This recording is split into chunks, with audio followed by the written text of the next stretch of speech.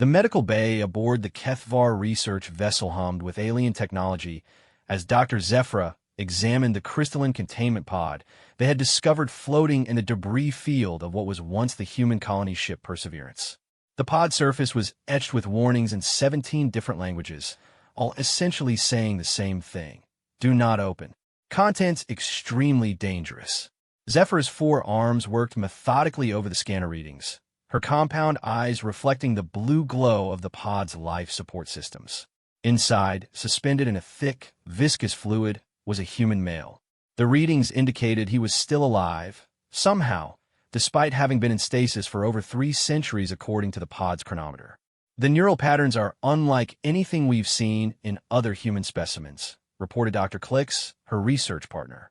The insectoid alien's mandibles clicked nervously as she studied the brain scans. There are modifications here, surgical alterations that appear to have been made to enhance cognitive processing and neural pathway efficiency. The human appeared to be in his late 20s, physically perfect despite the centuries of stasis. His body showed signs of extensive military augmentation, reinforced bone structure, enhanced musculature, and what appeared to be synthetic neural interfaces along his spine. Most disturbing were the scars that covered his arms and torso, precise surgical marks that suggested repeated modification and enhancement. The containment pod is losing power, Zephyra noted, watching as the life support indicators began to flicker. We need to make a decision quickly. We can either let whatever's in there die with the pod's failure, or we transfer him to our medical bay and revive him. Dr. Klix's antennae twitched with uncertainty. The warnings suggest this human was sealed away for a reason. Every text we've translated speaks of danger, of something that should not be awakened. But our mission is to study human physiology and psychology. This specimen could provide unprecedented insights. Zephyra made the decision that would change everything. Prepare the revival chamber. We're doctors first, and he's a patient in need of immediate medical attention. Whatever the warnings say, we cannot simply let a sentient being die when we have the power to save him. The process took 6 hours. They carefully extracted the human from his pod and placed him in their most advanced medical chamber, slowly bringing his body temperature back to normal and gradually reducing the stasis chemicals in his bloodstream. His vital signs remained stable throughout, though the readings were extraordinary. His heart rate, even unconscious, was significantly slower than normal humans, and his brain activity showed patterns they had never observed before. As consciousness began to return, the human's eyes snapped open with startling suddenness. They were an unusual shade of green, almost luminescent in the medical bay's lighting. For several moments, he simply stared at the ceiling, his breathing controlled and measured. Then, slowly, he turned his head to look at Zephyra. "Where am I?" His voice was calm, almost eerily, so given his circumstances. Most humans they had studied showed immediate panic upon awakening in an alien environment. This one seemed to be assessing the situation with cold, calculating precision. "You're aboard a Kethvar research vessel," Zephyra explained, keeping her voice gentle and non-threatening. "We found you in a stasis pod in the wreckage of a human colony ship. You've been unconscious for a very long time." The human sat up slowly, his movements fluid and controlled. As he did, Zephyr noticed something that made her blood chill. Along his forearms, just beneath the skin, she could see what appeared to be mechanical components, thin lines of metal or synthetic material that pulsed with their own internal light. "How long?" he asked. "According to your pod's records, approximately 312 years. The human nodded, as if this information was merely mildly interesting rather than earth-shattering. "I see. And my pod's warning systems, you obviously ignored them to revive me." "We're medical professionals," Dr. Klix interjected. "We couldn't let you die when we had the means to save you." Something changed in the human's expression, a micro-expression that lasted only a fraction of a second, but Zephyra caught it. It was a look of profound sadness mixed with what might have been regret. "What's your name?" Zephyra asked. The human was quiet for a long moment, as if deciding how much to reveal. "Marcus Chun, Sergeant, Human Colonial Defense Force, Special Operations Division." He paused, then added quietly, "Serial number 77 Alpha 119 Delta. What can you tell us about why you were in stasis?" The warnings on your pod were quite explicit about the danger of revival. Marcus looked down at his hands, flexing his fingers as if testing their functionality. The mechanical components under his skin pulsed brighter for a moment. Tell me, doctors, what do you know about human warfare? About what we're capable of when we're pushed to our absolute limits? The question sent a chill through both alien doctors. There was something in his tone, not threatening, exactly, but carrying an undercurrent of warning. We've studied human history, Zephyr replied carefully. Your species has a remarkable capacity for both creation and destruction. Marcus smiled, but it didn't reach his eyes. That's a very diplomatic way of putting it. He stood up slowly, and both doctors instinctively stepped back. Not because he had made any threatening move, but because there was something in his bearing, a predatory grace that spoke of capabilities far beyond those of an ordinary human. The pod's warning systems weren't meant to protect me, Marcus said quietly. They were meant to protect everyone else. The silence in the medical bay stretched uncomfortably as Marcus's words hung in the air. Dr. Zephyr noticed that her colleague Dr. Klix had unconsciously moved closer to the emergency alert system, her insectoid reflexes primed for flight. But Marcus made no threatening moves. Instead, he seemed to be studying the medical equipment around him with professional interest. These are impressive modifications you've made to standard medical technology, he observed, examining a neural scanner with the eye of someone who understood advanced technology intimately. The bioresonance field generators are at least 2 generations ahead of anything we had in my time. You speak as if you have extensive knowledge of medical technology, Zephyr noted, trying to keep the conversation moving away from whatever dangerous implications his earlier statement had carried. Marcus turned to her, and she saw something unexpected in his expression, a kind of weary intelligence that seemed far older than his apparent physical age. I have extensive knowledge of many things, Doctor. It was necessary for my role. Dr. Klix finally found her voice. What exactly was your role in the Colonial Defense Force? Marcus walked slowly around the medical bay, his movements still carrying that predatory grace. Every step was perfectly balanced, perfectly controlled. I was part of a special program called Project Prometheus. We were enhanced soldiers, designed to be the ultimate expression of human military capability. Enhanced how? Zephyr asked, though she suspected she didn't want to know the answer. In every way imaginable, Marcus replied simply. Physical strength increased by a factor of 12. Reaction times reduced to near-instantaneous levels. Bone density increased to withstand impacts that would shatter normal human skeletons. But those were just the beginning. He paused at a medical display that was showing his vital signs. The readings were still far outside normal human parameters. His resting heart rate was 30 beats per minute. His blood oxygen levels were impossibly high, and his brain activity showed patterns that defied classification. The real enhancements were neurological, Marcus continued. Perfect memory recall, instantaneous tactical analysis, enhanced pattern recognition, the ability to process sensory input at rates that would overwhelm a normal human nervous system. He looked directly at Zephyr. We were designed to be the perfect killing machines. Dr. Klix's mandibles clicked rapidly, a sign of extreme agitation in her species. Killing machines?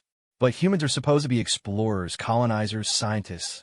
Marcus laughed, but there was no humor in it. Humans are survivors, Doctor.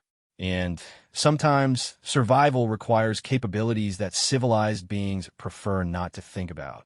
He gestured to his own body. The modifications you can see are nothing compared to what was done to our minds. What do you mean? Zephyr asked, though part of her desperately wanted to change the subject. We were conditioned to be utterly without fear, completely focused on mission completion, and absolutely loyal to our commanders. Marcus sat down on the edge of the medical bed, and for a moment he looked almost normal, just a tired soldier talking about his experiences. But conditioning that strong comes with side effects. The medical bay's computer systems suddenly chimed with an alert. Dr. Klix quickly checked the readings, and her compound eyes widened in shock. His neural activity just spiked dramatically. Whatever he's remembering, it's triggering massive changes in his brain chemistry. Marcus closed his eyes and took a deep breath. When he opened them again, his expression had changed. The weariness was still there, but now it was mixed with something harder, more dangerous. They called us the Cerberus Unit. 12 soldiers, each enhanced to be capable of taking on armies single-handedly. We were deployed only when conventional forces had failed, when a situation was so desperate that any solution was acceptable.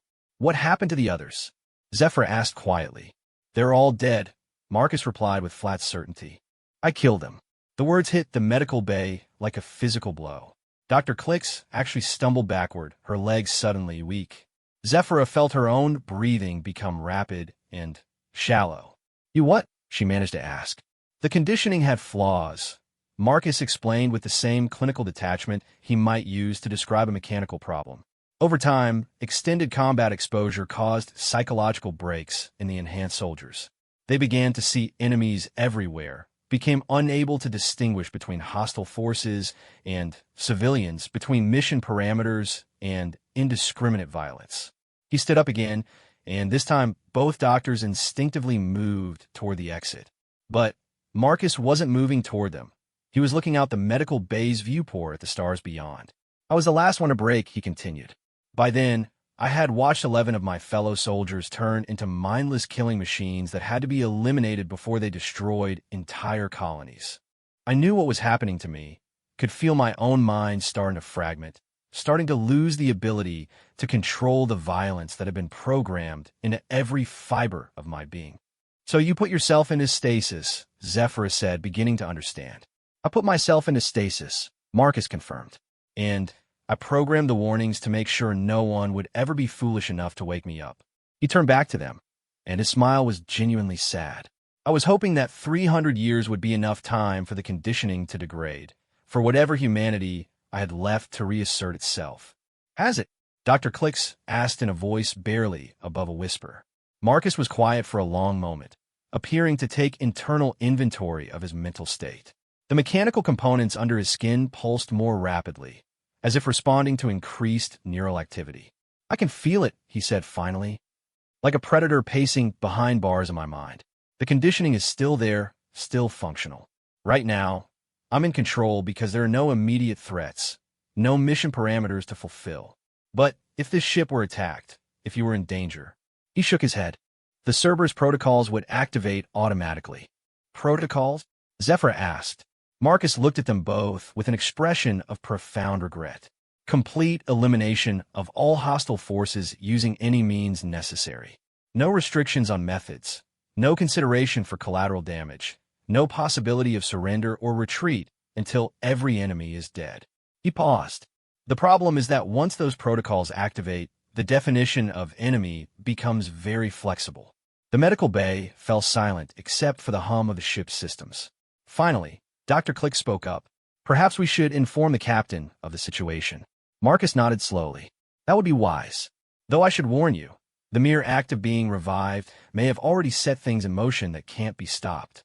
Captain Nilos of the research vessel Kethvar was a veteran of 40 years of deep space exploration, but nothing in her experience had prepared her for the report she was receiving from her medical team.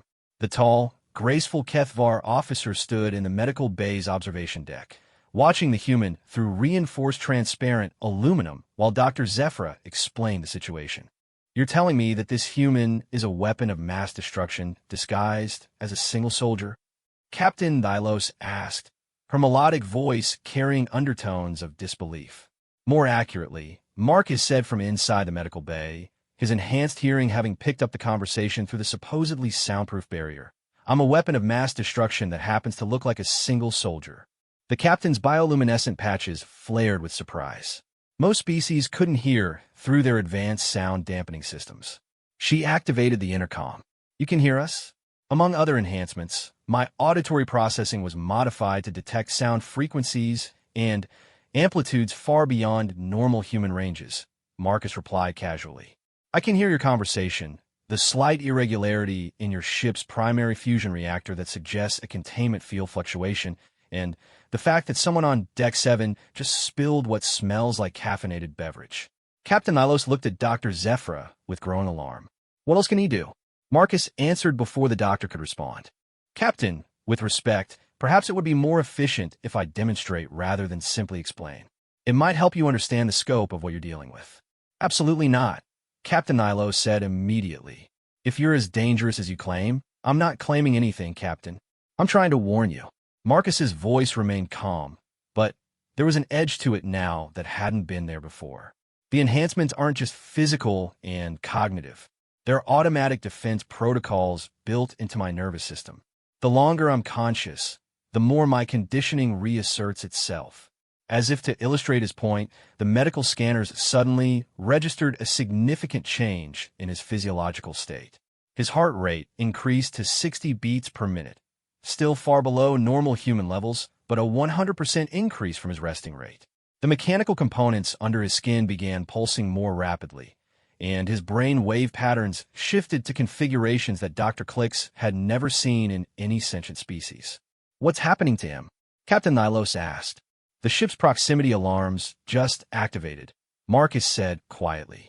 Something is approaching from outside sensor range. Captain Nylos quickly activated her communication device. Bridge report. Captain, we're detecting an unidentified vessel approaching at high speed, came the immediate response. Configuration appears to be military, but not from any known peaceful species. ETA, approximately 15 minutes. Red alert. All hands to battle stations. Marcus stood up slowly in the medical bay, and everyone watching could see the change in his demeanor. The tired, regretful soldier was disappearing, replaced by something harder and infinitely more dangerous. His movements became more fluid, more precise. His eyes seemed to take on an internal glow. Captain, Marcus said, his voice now carrying a tone of absolute authority that seemed to demand attention. I need you to listen very carefully. My conditioning is activating in response to the perceived threat. In approximately 10 minutes, I will no longer be fully in control of my actions. What does that mean? Captain Nylos asked, though she suspected she didn't want to know. It means that the Cerberus protocols will classify this ship and everyone on it as assets to be protected. I will do whatever is necessary to eliminate any threat to those assets. Marcus paused, then added quietly, and I do mean whatever is necessary. Dr. Zefra checked her readings again. His physical capabilities are increasing dramatically. Muscle tension, neural activity, reaction time. Everything is being enhanced in real time. Captain, Marcus continued, I need access to your ship's defensive systems and tactical information on the approaching vessel. I'm not giving a potentially unstable super soldier access to our weapons. Captain Nylos replied firmly. Marcus smiled, but it was a predator smile now. Captain, with respect, you're not understanding the situation. I'm not asking for permission. The protocols are designed to ensure mission success by any means necessary. If you won't provide access voluntarily, the conditioning will compel me to take it by force. To demonstrate his point, Marcus placed his hand on the medical bay's security door. The advanced locking mechanism, designed to contain dangerous specimens, simply disintegrated under his touch. Not melted, not broken, disintegrated, as if the molecular bonds holding the metal together had simply ceased to function. How did you, Dr. Click, start to ask? Nanite swarms in my bloodstream, Marcus explained as he stepped out of the medical bay. They can be programmed for a variety of functions: healing, enhancement, and, when necessary, molecular disruption. The door was made of a standard titanium alloy. The nanites simply converted the binding elements to inert gas. Captain Nylos backed away, her hand moving toward her sidearm. Security teams to medical bay. Priority Alpha. Captain, please don't do that, Marcus said, his voice carrying genuine regret. Your security teams are brave, well-trained beings, but they're not equipped to handle someone like me. If they attempt to use force, the protocols will classify them as hostile, and I will be compelled to respond accordingly. Are you threatening my crew? No, Captain. I'm trying to save them. Marcus moved past her toward the bridge, his movements now so fluid they seemed almost inhuman. The approaching vessel. I can tell from your ship's reaction patterns that it's hostile. Your defensive capabilities, while impressive for a research vessel, won't be sufficient. You need me. As they walked, or rather as Marcus walked, and the others followed at a safe distance, Dr. Zefra noticed something disturbing in her readings. The mechanical components under Marcus's skin weren't just pulsing now. They were spreading, creating new pathways through his nervous system. The nanites are modifying his neural pathways in real time, she whispered to Captain Nylos. He's literally becoming more machine than man. I can't hear you, Doctor, Marcus said without turning around. And you're not wrong. The conditioning doesn't just change behavior. It changes the fundamental nature of what I am. By the time this is over, assuming we all survive, I won't be quite human anymore. They reached the bridge just as the proximity alarms increased in intensity. The main view screen showed a vessel approaching that was clearly military in design, heavily armored, bristling with weapons, and nearly 3 times the size of the research ship. HFY research vessel, you are ordered to surrender and prepare to be boarded, came a transmission in a harsh, guttural language that the universal translator identified as belonging to the Gorth Imperium, a militaristic species known for enslaving other races for forced labor. Marcus walked to the tactical station and placed his hand on the control interface. Instantly, displays that the crew had never seen before activated, showing weapon capabilities, shield harmonics, and tactical assessments that were far beyond the ship's normal parameters. Interesting, Marcus said, his voice now completely devoid of emotion. Your ship has significantly more offensive capability than your crew realizes.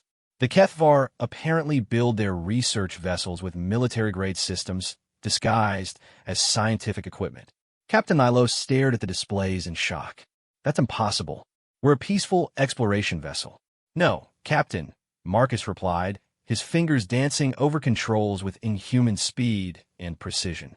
You're a reconnaissance vessel disguised as a peaceful exploration ship. The question is whether your people knew that when they sent you out here, or if someone else has been planning this for a very long time.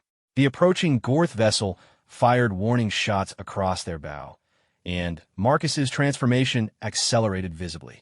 The last traces of human emotion disappeared from his expression, replaced by the cold, calculating focus of a machine designed for one purpose only.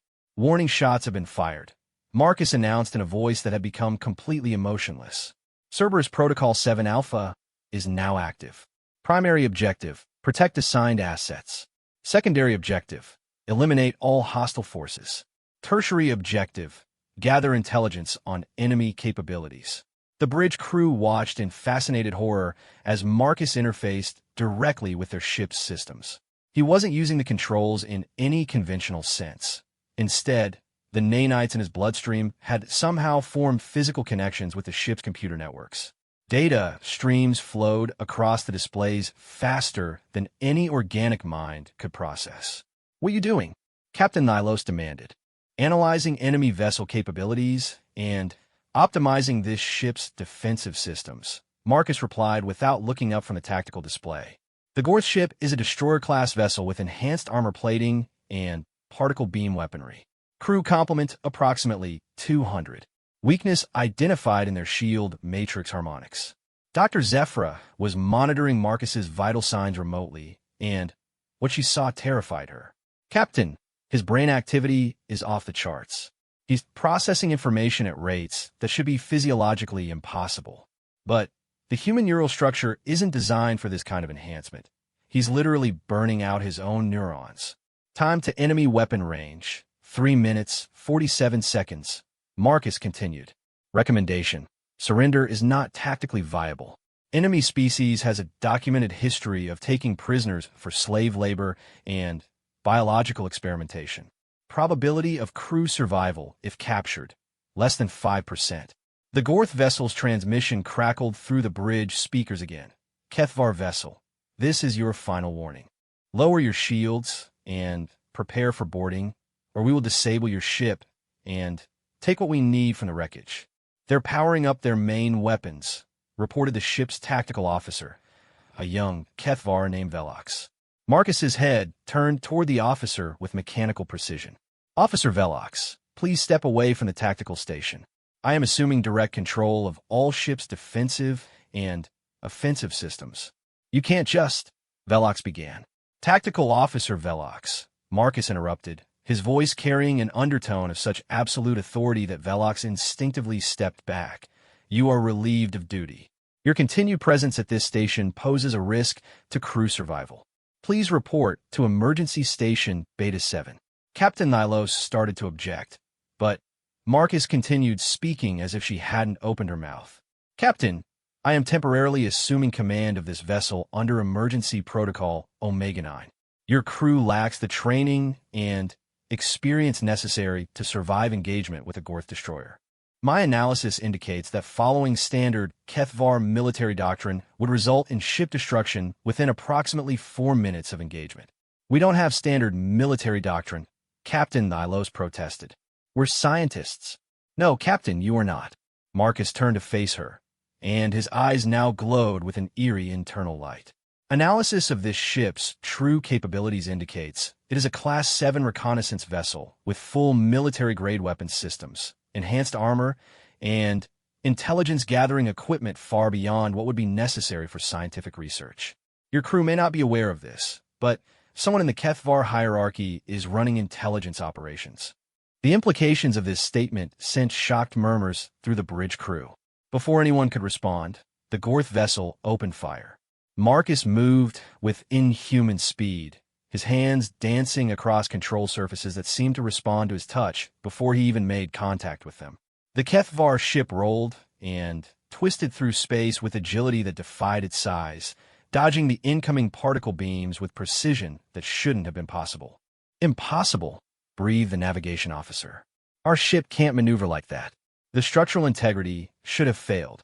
Your ship has been modified, Marcus explained without taking his attention off the tactical situation. Reinforced hull structure, enhanced inertial dampeners, and maneuvering thrusters with twice the specifications shown in your technical manuals.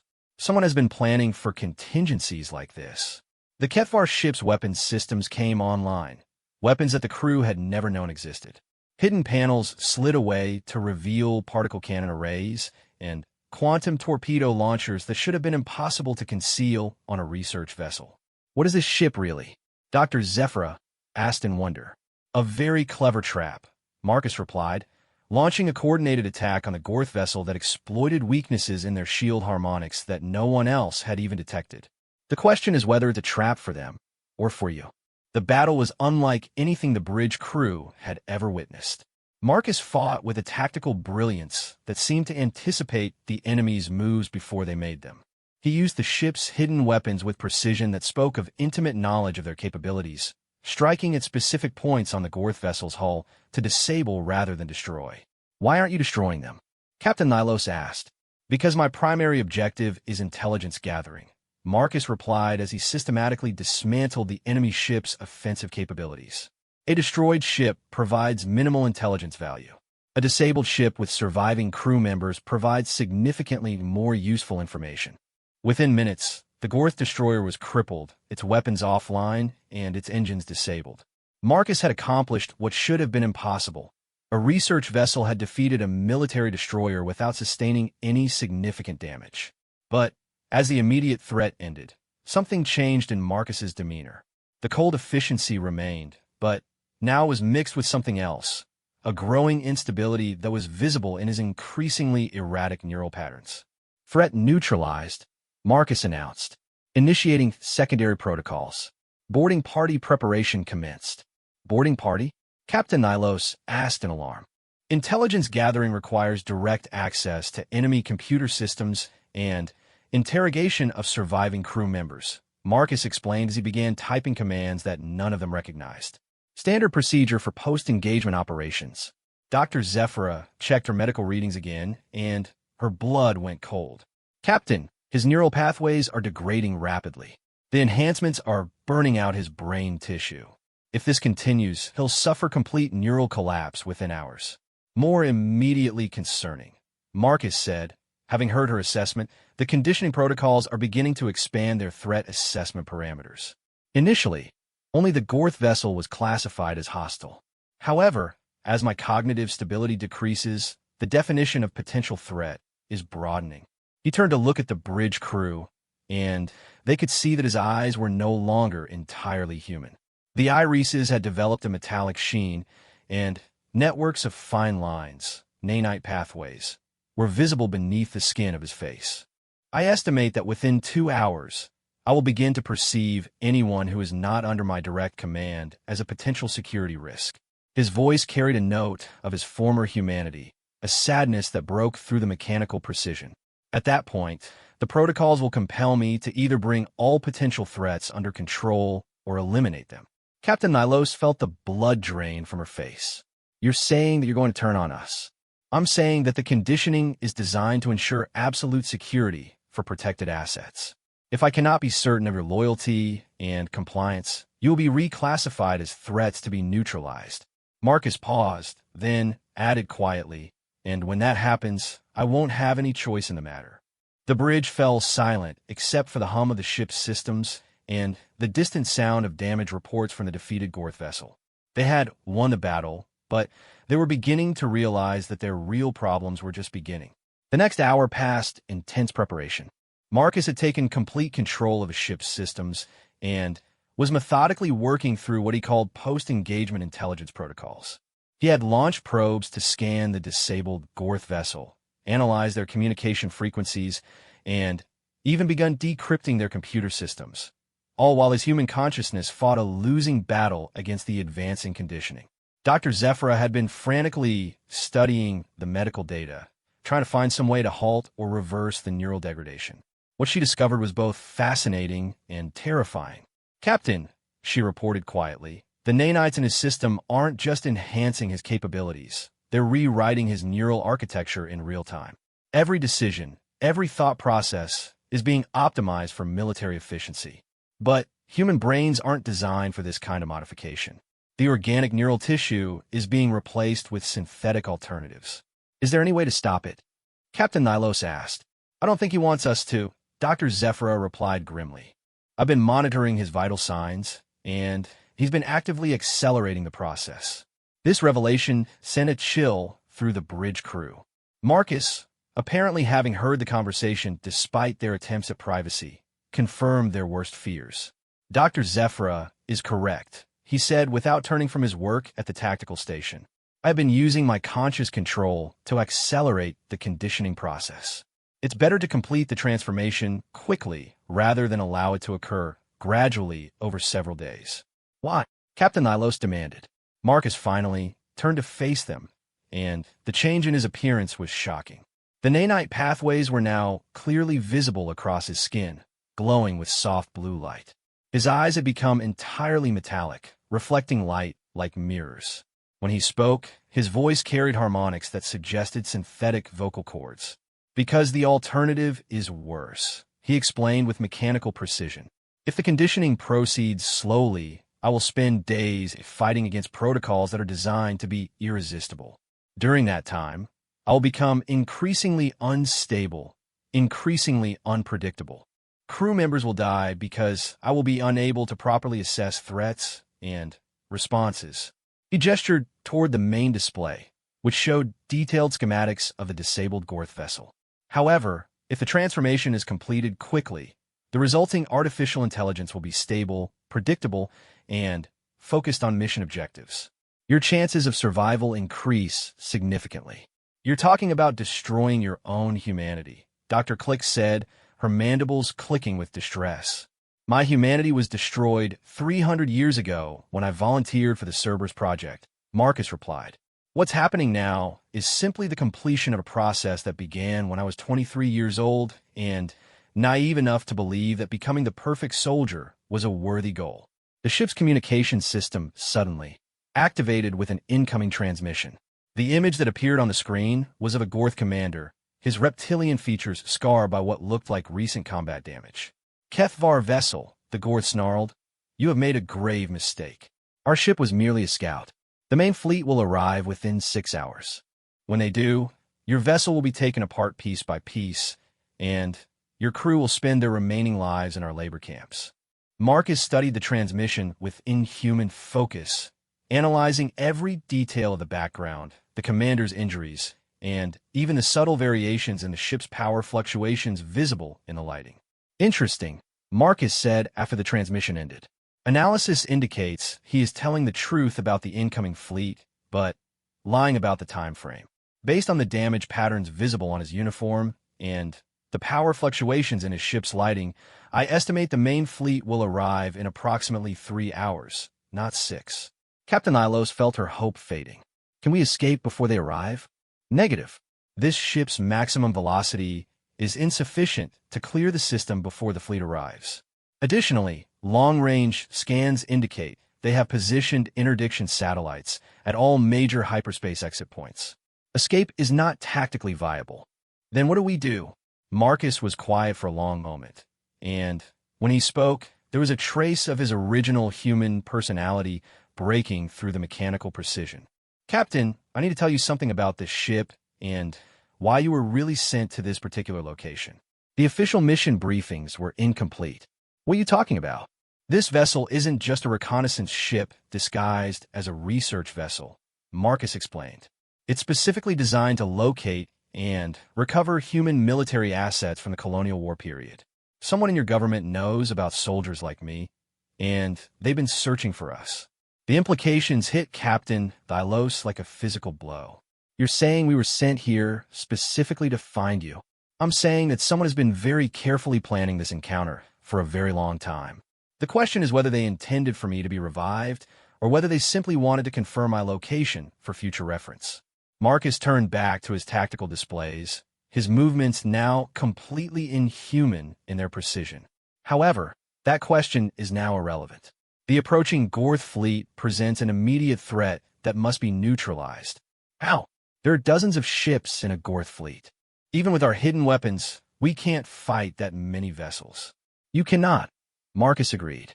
But I can. Dr. Zephyra checked her readings again and gasped.